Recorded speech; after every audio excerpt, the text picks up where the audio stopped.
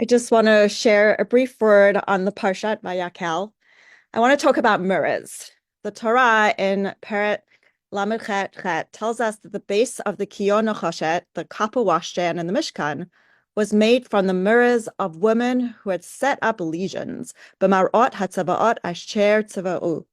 Rashi helps us understand the connection between mirrors and women. And as he explains, when the women were Mitzrayim, they owned mirrors and they would look at themselves and adorn themselves. And it was these mirrors that they enthusiastically brought to the Mishkan to donate.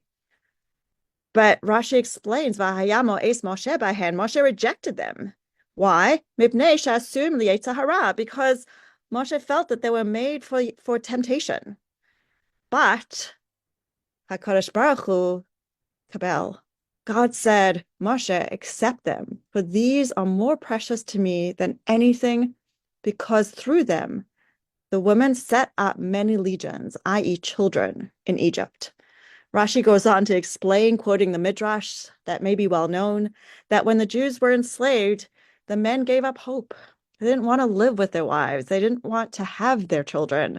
The thought of fathering children who would be born to die in slavery was overwhelming and depressing. Nevertheless, the women went out into the fields and beautified themselves in front of these mirrors, and therefore convinced and persuaded their husbands to live with them and to have children.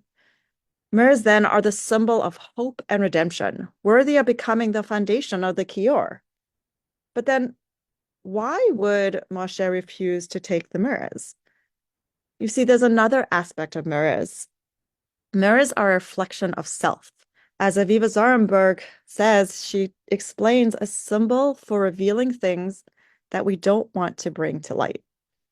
In fact, if you keep reading that very same Rashi, he points out that in Yeshayahu chapter 3, that mirrors are referenced there again, but the word for mirrors in Hebrew is gilyonim, something that is revealed, revealers.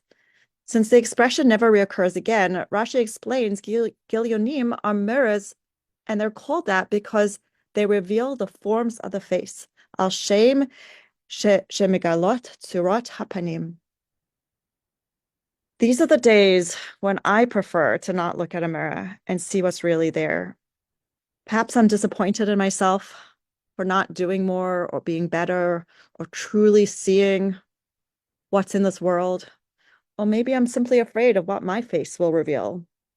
But the message of the Kiyor is that especially when the world is dark, we have to take a long, hard look at ourselves in the mirror, stare straight at our reflection, even if we want to look the other way and ask, what could I do today to make the world just a little bit better?